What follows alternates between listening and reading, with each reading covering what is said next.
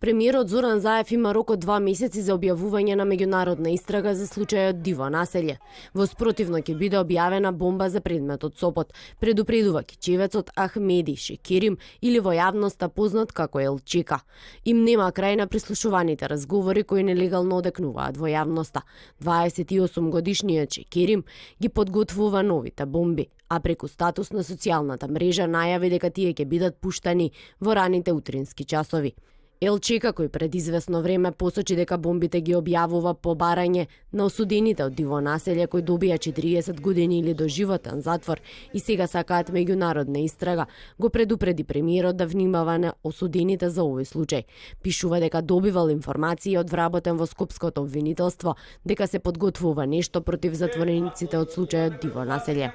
Тој ми рече дека не треба да ја користат храната што им е дадена во затворот и да не излегуваат од нивните кели, туку да бидат обединети, бидејќи нешто се подготвува против нив.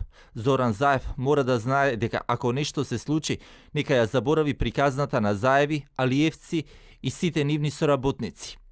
На двата профили на социјалната мрежа Facebook на кичевецот Шекерим неколку дена беше мирно. По барање на МВР, оваа социјална мрежа ги бришеше нелегалните разговори.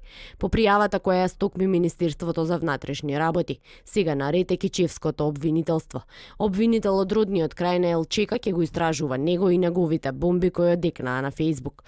Иако 28 годишниот Шекерим сега живее во САД Чикаго, сепак неговите корени од кичевското село Турин се пресудни обвинител од овој крај да го води случајот.